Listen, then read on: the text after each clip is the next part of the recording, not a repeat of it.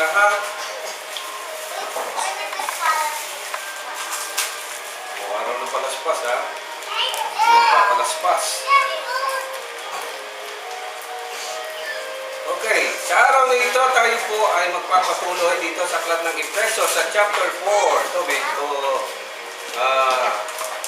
tapos po tayo, ang sabi rito sa verse 11, kaya natin, at ang iba'y, ulitin ko ha, at ang iba, ginawang, pastor, ang iba'y propeta, ang iba'y evangelista, ang iba'y pastor at guro. Verse 12, ginawa niya ito upang ihanda sa paglilingkod ang lahat ng sinasabi po ng hinirang sa kaunlad ng kanyang iglesia. Sa gayon, tayong lahat ay magkakaisa sa pananampalataya at pagkakilala sa anak ng Diyos at magiging ganap ang ating katao ayon sa pagiging ganap ni Kristo. Puting, hindi na tayo matutulad sa mga batang nadadala ng bawat aral, parang sasakyang dagat na sinisiklot-siklot ng mga alon at tinatangay ng hangin. Hindi na tayo manilinlang ng mga taong ang hangad ay ibuli tayo sa kamalian. Manapay sa pamamagitan ng pagsasalita ng katotohanan sa diwa ng pag-ibig, magiging ganap tayo kay Kristo na siyang ulo. Sa pamamagitan niya ay nabubuo ang katawang mula sa mga bahaging pinag-ugnay-ugnay ng kasukasuan. At kung maayos na gumaganap ng tungkulin ng bawat bahagi, ang buong katawan ay lalaki at lalakas sa pamamagitan ng pag-ibig. Amen. Saglit tayo manalangin, dakilang Diyos, nawa ang inyong gabay sumaamin. Linisin mo ang aming puso at isipan upang malayang pamadala ng Espiritu na siyang tuturo sa amin, magpapaunaw sa amin, magpapaliwanag sa amin ng mga salitang ito. Ito'y salita ng buhay na bawat sa amin at ang tunay naming gawain na yung tinakda habang kami narito pa at buhay. Lord, nawa umali sa amin ang Espiritu ng kaunawaan, ng better understanding, Panginoon. Panginoon, magbigay sa amin ng lakas at tatag. Salamat po sa biyaya mo in Jesus' name. Amen. And Amen. Now, nung nakaraan, naalala po ninyo ang ating dininan yung pagkakaroon po ng sinasabing isa. At ito na nga sinasabi ko na kapag idinugtong mo yung binasa natin, doon sa chapter 4, ang ibig sabihin ng number na isa ay hindi iisa. Kundi makikita ninyo rito, sabi rito sa verse 13, sa gayon tayong lahat ay magkakaisa. So number 1 really means unity, or to unite together, mga kapatid. At nabanggit nga natin ang pag-aasawa. Ang pag-aasawa is a form of unity. Dalawa kayo, pero nagiging isa. So, that's the real meaning of one. At ang sabi rito mga kapatid, kahit maraming bahagi, sa nakaraan natin pinag-aralan, napakaraming bahagi ng katawan, pero mayroon lamang isang, maraming bahagi, pero may isa lamang katawan. Puro isa yung mga kapatid. So, when we talk about God, God is one, mga kapatid, ibig sabihin, lahat ng nangyayari, lahat ng paglikha ng Panginoon, biyaya ng Panginoon, lahat ng yan, it only results in one. Unity. Para tayo makapalumbalik sa Panginoon Diyos. Yan mga kapatid. So, in any form, lumabas ang Panginoon Diyos na kinaguguluhan ng mga Trinitarian at mga Unitarian at kung ano na pa mga kapatid, wala po talagang, there's no such thing as counting, physically and literally. Kundi ang pinapaunawan, ano man ang from the Old Testament to the New Testament, sa Diyos Ama na sinasabi, tapos Diyos Anak, tapos Diyos Espiritu Santo. Ang ibig sabihin lang niya mga kapatid, this is the united work of God. Pag-unawa, paggawa ng Panginoon na may isang layunin mga kapatid sa iba't ibang paraan at sa iba't ibang panahon. Kaya nga dito mga kapatid, napakaganda na medyo mahirap ka lang intindihin itong mga kapatid, pero sabi nga dito, ako sa Bible ko, meron po itong title na ang pagkakaisa sa Espiritu, talking about the oneness in the Spirit o unity in the Spirit. Yan, ito titiinan natin. Makikita ninyo. Kahit isang Diyos, kahit iisa po ang katawan ng Panginoon na binubuo, pero sabi rito, may nabasa ba kayong lahat naging apostol, lahat naging propeta, lahat naging evangelista, lahat naging pastor at guro? Wala po kayong mababasa. Ang sabi po rito, katulad ng katawan na katulad ng katawan natin, may baka ito'y nakaugnay sa isang lamang, iba-iba po ang trabaho nito. Amen? Pero hindi ibig sabihin, hiwalay ka. Ikaw ay nakakonekta, nakaugnay, at nilagay ka dyan, kasi kapag wala ka, hindi mabubuo yung katawan. Amen. May mata ka nga, wala ka namang kamay, labas mo. O sige, may kamay ka nga, wala ka namang mata, di mo na ka rin makikita. Yun ang pinaka-philosophy din, mga kapatid. At ganun din dito. Kaya makikita niyo ito. Sa katawan ng Panginoon, yung iba, di ba? May mga gift yun eh. This is the gift of the Holy Spirit. Yung iba ginawang apostol. Anong apostol? Literally, it means one who is sent. Apostolos. Ito yung mga pinadadala. So, kapag ikaw ay pinadala sa isang lugar, pinadala sa isang tao, para siya ay sharean, tawag sa iyo, apostolos. Amen. At makikita ninyo, ang una nating nakilalang apostol, siyempre sila Peter, yung mga unang alagad. Alagad din naman sila eh. Sila apostol kasi sila po yung unang isinugo ng Panginoong Diyos. Yan. Yung iba naman daw, kung hindi ganon, ikaw ay gagawin propeta. What do you really mean by the word prophet? Ang prophet, ang ibig sabihin lang nun, tagapagsalita, tagapagpahayag. Wala kang tagapagpahayag ng salita ng Diyos. Salita ng Diyos, walang salitang mamumutawi sa bibig na hindi galing sa Diyos. Ang problema sa kasalukuyang propeta natin, ang pinaniniwalaan na yung sinasabi ng tao, hindi na yung sinasabi ng Diyos. Mayroong tinatagdas false prophet, pseudo-prophet, ang dami niya mga kapatid. Ngayon, ang tanong, hanggang ngayon ba may propeta po ba? Pwede naman po, wala pong problema yan. Pero yung angkinin mo na ikaw lang ang nag-iisang propeta, hindi po yan totoo mga kapatid. Sapagkat ang propeta ay depende na lang yan sa pagkagawa ng Panginoong Diyos sa iyo. Amen. Prophecy means paghahayag ng kalooban ng Panginoong Diyos. Amen. Kasi usually, ang totoo na natin prophecy, future. Kasi nangyari na nga yung iba. Hindi lang po gano'n. Ang prophecy actually ay ang pagpapahayag ng mga salita ng Panginoong Diyos. Whether doon, kasalukuyan, o panghinaharap, kasama po yan sa scope ng prophecy. Ang iba'y evangelista. Actually, ito ay translation ng Latin kasi wala pong letter B sa Greek. Ang original po nito is Angelo. Yun ang ibig sabihin. Ang ibig sabihin nito ay good. EU po yun. Good po yun. Tapos, Angelo is tagapagsalita o balita. One who spread good news. Yun ang ibig sabihin na Angelo. Yung pa sa original Greek. Kaso sa Latin, sa Latin po, pinalitan po nila yung U ng V, kaya naging Evangelio. Okay. Bibigyan lang natin ng konting pero wala namang kinalaman yun. Kaya sa ngayon, sa kasalukuyan, ang nabasa natin ay Evangelista. Pero yung iba doon, yung EV, ibig sabihin ay good. At ilista ay news, something na mabuting balita. Ito po ay ginagamit kapag sa gera, mga kapatid, no? Bago umuwi yung mga nanalong sundalo, meron pong isa na tatakbo papunta ron sa kaharian, papunta ron sa palasyo, na sumisigaw na panalo tayo. Ang tawag ko sa kanya ay evangelist. Amen. So, ano ang sisigaw ng evangelista, mga kapatid? Ano ang sisigaw ng evangelista? Kahit sa Panginoong Diyos, ano ang sisigaw mo? Kung ikaw ay totoong evangelista. Ante, ano ang isisigaw niyo? Panalo tayo. Tama po yan, ha? Palagi, wala pong Wala pong kahit minsan hindi sumigaw ang evangelista, kahit ang unang panahon, kahit mga sundalo, natalo tayo. Bago ka makasigaw ng talo tayo, tatalunin ka muna, papatayin ka. Hindi po pwede yun.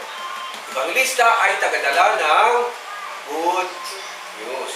Okay, kung sakali mo kayo gawing taga-evangelista, ang ipapahayag ninyo ay mabuting balita ng kaligtasan. Ang iba'y ginawang pastor. Yan. Anong trabaho ng pastor? Tagapangalaga. Ito pinakamahirap sa lahat na trabaho, tagapangalaga. No? Ito yung time na titingnan mo yung buong well-being ng tupa. Kasi pastor ang ginamit nito. Siya yung nagpapakain, siya yung nag-aalaga, siya yung nagsasaway. Halos kompleto lahat dyan. Amen. Kaya, lately, nabasa ko yun sa sabi gano'n, 2026 po, sabi ron, wala na raw gustong magpastor sa panahon ngayon. Nagulat nga ako, binasa ko mabuti. Bakit?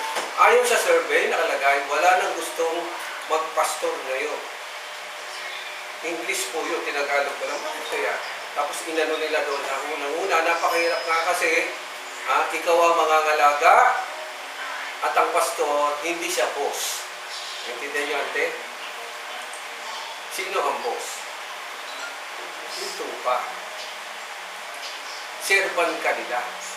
Yung well-being ng tupa ang intindihin mo. Pag ganun kasi ang takbo ng isip, ibig sabihin yung pastor, kawawa.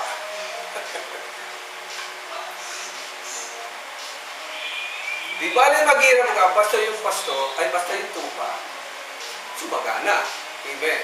Di ba na magkasakit ka, huwag lang yung tupa. Kinakailangan maayos ang kanyang kalagayan. Naintindihan po niya. At higit sa lahat, yung tupa, hindi po nananagot doon sa may-ari o sa Diyos natin. Ang mananagot ay yung pastor. Kasabi na mo na. Mahirap pag-alaga po talaga. At alam niya. Alam niya ng bawat magulang. Dali ba mag-alaga ng anak? Lalo ilan ang inalaga mo? 4. Sister Rica, 2. May bala ka ba bang nagdala niya? Wala na. Dalawang lalaki pa naman. Ante, ilan ang anak ninyo, ante? 5. Oh, diba? Mahirap mag-alaga. Ante, mahirap mag-alaga. Ilan ang anak mo? Anak-anakan natin si Batsoy. Tawag namin kay Angelis si Batsoy. Mataba kasi. Mahirap din talaga. Iisa pa yun. Ang pag sinabing tupa, mga kapatid, marami ito. Amen? Misa, ewan ko lang mga kapatid, ito'y komento lang. Misa, nakikita ko, ang churches na tinatawag, 3,000 ante. Di ba yung marami yung mga ante, 3,000. Misa isip ko, paano ba gagawin nila noon? Bakit problema nila yun? Pero one thing is sure, hindi yung naalagaan mo.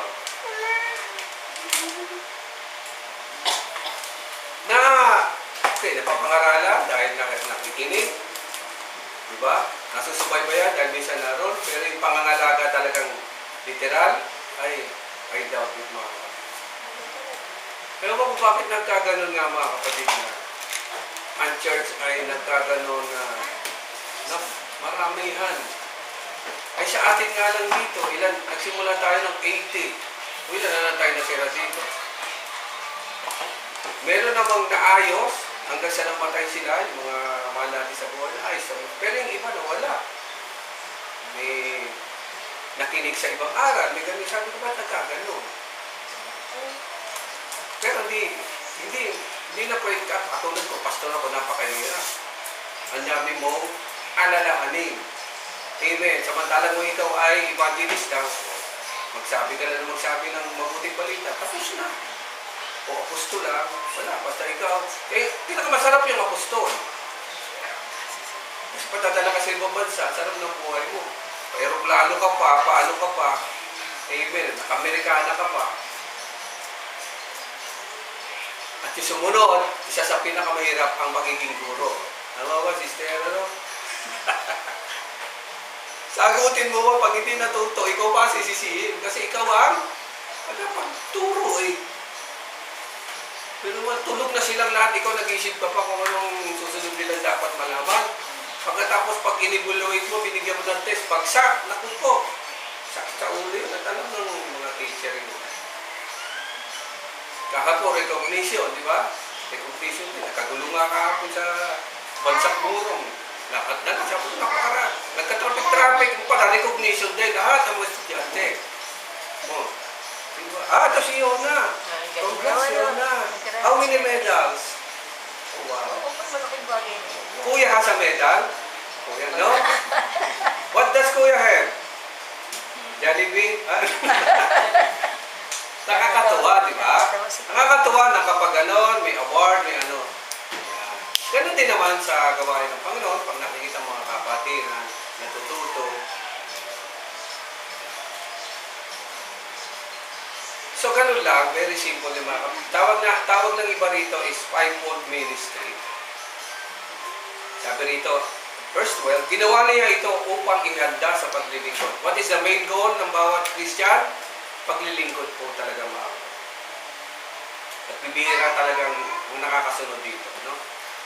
Basta po, sa totoo lang mga kapatid, napakaliwanag naman. Ano ba yung text sa English po, the whole of the ministry yata? Ano? For the perfecting of the work of the ministry.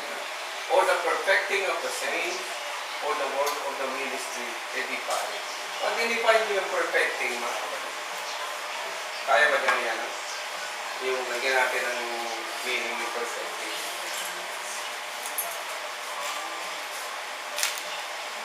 Basta mo nga yung ano. Number 2. Ay, ito pala, hindi ko magkana rin. Sige, ininom tayo ng makaraan. Hindi na. Nga, oo nga, mainit na. Yan nga. Yan pala. Yan. Ano sa ano yan? Perfecting of the saints. Ano raw? Akantismos. Anong ibig sabihin? Perdition.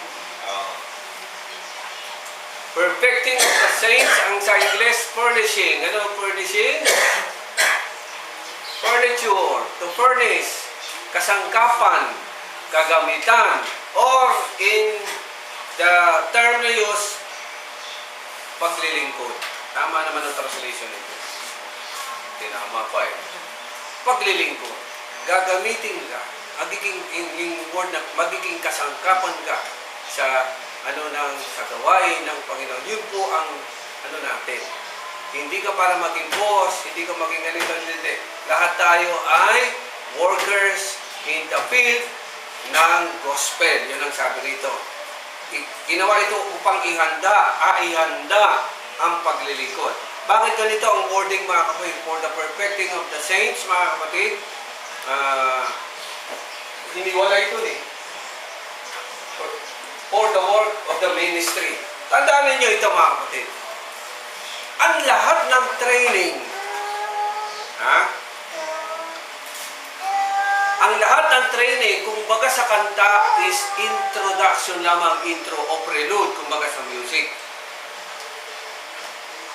Tulad nitong ginagawa natin. Lahat ng ginagawa nito sa loob ng itong ating fellowship, all are introductory, kumbaga sa speech, intro lang. Ang reality mga kapatid, kapag ikaw ay nandun na mismo sa gawain. Amen. Parang nag-aaral ka ng karate, tinuro sa'yo, karate, o kaya nag-aaral ka ng boxing, tinuro kayo pagpanunto. Training po ang tawag doon. Pero yun ay hindi pa yung reality. Ang reality kapag ikaw ay nag-boxing na o nag-karate na, doon mo malalaman at doon mo matatadya kung saan mo gagamitin ang lahat ng napag-aralan mo. Amen. Yung pagiging tunay mong Kristiyano ay madedetermine lamang kapag ikaw ay nasa gawain na.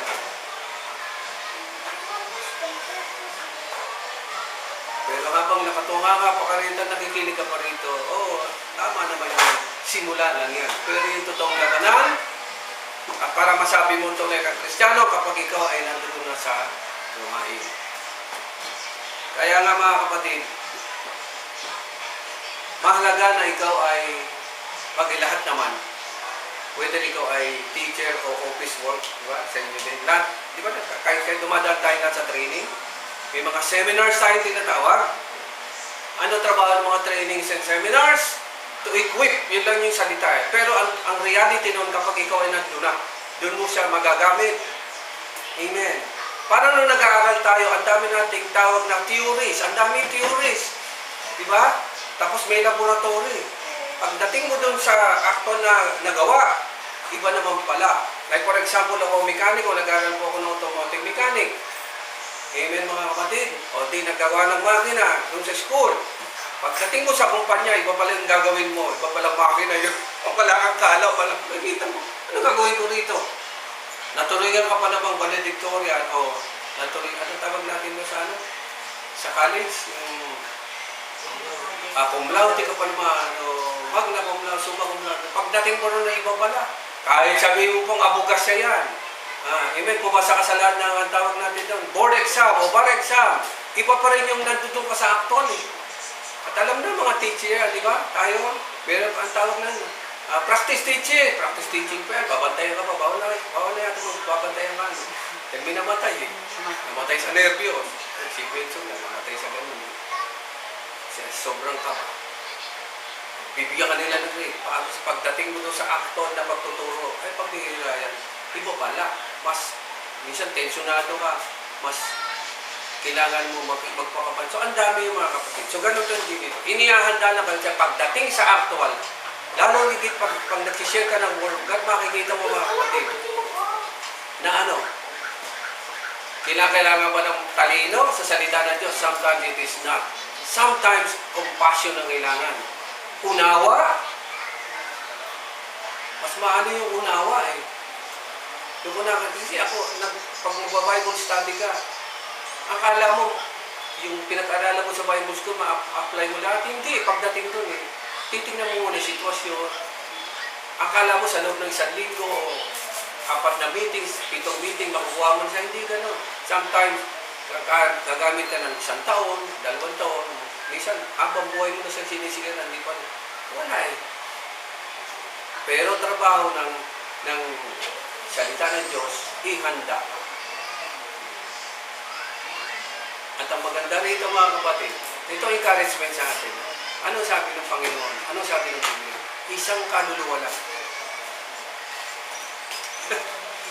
Sabi, mabigat yun eh. Isang kaluluwa lang. Ang maibalik mo sa Panginoon, okay na. Naiintindihan niyo yung meaning ng mga kapatid? Yung isang kaluluwa na yun, mapatino mo lang, okay na. Pag gano'n na nagsalita ng mga ganong klase na ng mga idiomatic expression, mga taligang salita, ibig sabihin, napakahirap. Unang-una ito dapat natin, yung taong sisiran mo, hindi mo yung kilala. Hindi ikaw ang may bigay sa kanya. Amen. At hindi mo alam yung pinagdaanan niya, mula ng isilang yan, hanggang sa panahon o estado na ngayon kinakausap siya. Yun na napakahirap eh. Tapos, sisiran mo siya ng patungkol sa Diyos. Siya nga, hindi niya naiintindihan kung bakit siya nabuhay. Magkamisan, lalo na kung mahirap yung tao o puno-puno ng problema, hindi niya maintindihan. At ikaw ang inatasan ng Panginoon para punan yung kanyang isip na siya'y nilikha ng Diyos, nang nangyayari sa kanya yung buong kalooban ng Diyos, at dapat siya magpasalamat. Yung mga salitang yan, mga kapatid, hindi yan basta-basta tinatanggap. Kasi sabi na, kung talagang may Diyos, bakit niya ako pinabayaan? Yung salitang yan. So, isang kaluluwang lang po, mga Mr. meron ka mong kaluluwa. Ang toli, may kaluluwa, 4. Ay, mga anak mo yun. Yung asawa mo na ito may 2 kaluluwa. Kasi maliliit pa yan. Kami, nangaluluwa na yung isa. Graduate na. Ito, may 4 din. Ante, na kayo, 4 din. 5. Nawawala pa yung 2. Hindi na nalakuha na. Kita niyo yun mga kapatid. Ano lang natin yan, mga ihanda sa paglilingkod ang lahat ng hinirang sa ikaulad ng Diyos. So, ito pala mahirap. Ito ang pinakamahirap. Paano mo malalaman kung sino dyan ang hinirang? For the perfecting of the saints, for the work of the ministry, sabi nga ba, ayun o, perfecting of the saints, the work of the ministry, and for the edifying of the body of Christ. Edifying means lalakas, uunlad. Ikaw uunlad ng kanyang iglesia. Ante, sino na ba ang inyong na ano?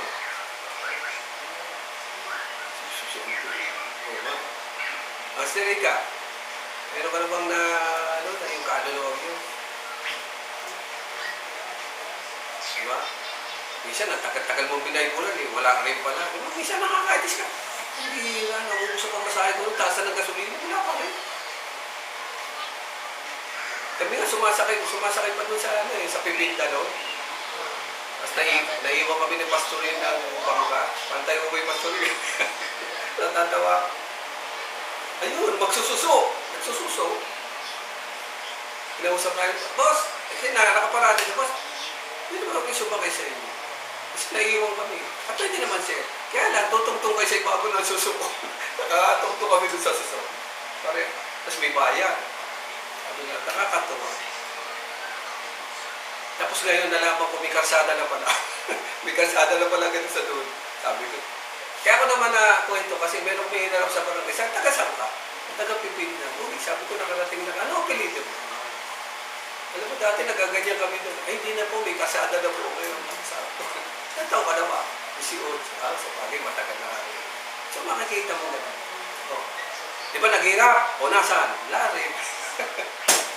Ibig sabihin, bigo? Hindi. It means, meron talagang mga hinirang, kunili ko. Ano? Ang trabaho lang natin, mag-share, para malaman kung sino dyan yung mga hinirang. Di pa ko wala, di lumipat ka doon sa iba. Amen? Anong sabi ng Panginoon? Dito ko muna tapusin, medyo mahaba. Sabi ng Panginoon, kapag kumato kayo sa bahay, at hindi kayo tinanggap, anong gagawin nyo raw? Huwag naman ninyo gawin nyo. Pagpagawin nyo yung mga sandalya bilang laban sa kanila. Well, actually, ang ibig na sabihin ng Panginoon, you have the authority talaga na gawin nyo. Pero ingat-ingat ka lang. Parang pulis. Oh, binigyan ka ng baril, pero hindi naman lahat ng kriminal ba pwede mo barilin ng gano'n. Kapag ikaw, gagamitin mo lang siya kapag nanganib na ang buhay ng mo at ng kahit na sino, yun pwede mo gamitin. Pero di naman ang ibig sabihin ng Panginoon Diyos. Okay, ayaw nilang tumanggap, tapos sila ang pangalawa, pangatlong pagkakataon, di ba? Pag hindi, o baka ayaw sa'yo, sa'yo pa naman. Amen. Walang silusan. Ako gano'n po takbo ng isip ko. Sinira ko, hindi na gano'n, di yung iba naman. Tama? Ako wala talaga akong masamang tinapay. Kaya nga ang ano natin, ministry ko, hindi po church ang nakalagay. Kasi ako naniwala sa church, tayo ay mga ministers ng tagapaglingkod. Kung ano may tutulong natin, tumulong tayo. Yun lang naman ang ibig sabihin. Hindi katulad ng iba, pag nagkaroon po ng exclusivity, kami lang ang tama, may problema na po yan talaga. Kasi katulad ng binasa natin, ang trabaho ng fivefold ministry ay magkaisa para umunlad ang gawain. Kung magtutulong-tulong nga lang sana tayo ngayon, palagi ko, matagal na dumating ang Panginoon. Ay wala, tayo mismo ay nagkakagatan, nagkukontrahan. Amen. Pero ang sabi nga rito, meron sinabi rito, talagang mangyayari yung differences, pero pagdating ng huling panahon, until we come to the unity of the faith. Yung binasa natin noong nakaraan. Until we come to the unity of the faith, at anong sinabi? Unity of the faith, yun yung patungkol sa Panginoon. Sa ngayon, medyo magulo, pero ako, ang payo ko lang sa inyo, huwag kayong padala dyan. Pag may nagsabing ako lang ang totoo, ako lang na, huwag na lang kayong maniwala dyan. Kasi wala pong gano'n. Ang bawat isa sa atin ay dapat magtulong-tulong ng sa gano'n. No? Kasi pag nagtulong-tulong tayo, pag marami ng kaluluwa mga kapatid, ang nano, tsaka lang po babalik ang Panginoon eh. Yun po ang ano dyan eh. Diba? Darating po siya kapag andun na yung tamang time, andun na yung tamang evangelism, yung lahat ng tama. Ganun po. At kasama po tayo doon mga kapatid. Malaki ang iniwan sa ating responsibilidad ng Panginoon Diyos. Amen? Kung nasa atin sa murong, di ba? Napakarami doon, dami na rin. Kayo, taga-Morong, hindi naman, ito naman sila, at dito ako. Ba, naubos? Di ba? Naubos. Tapos na, uy, namatay na si ganito, si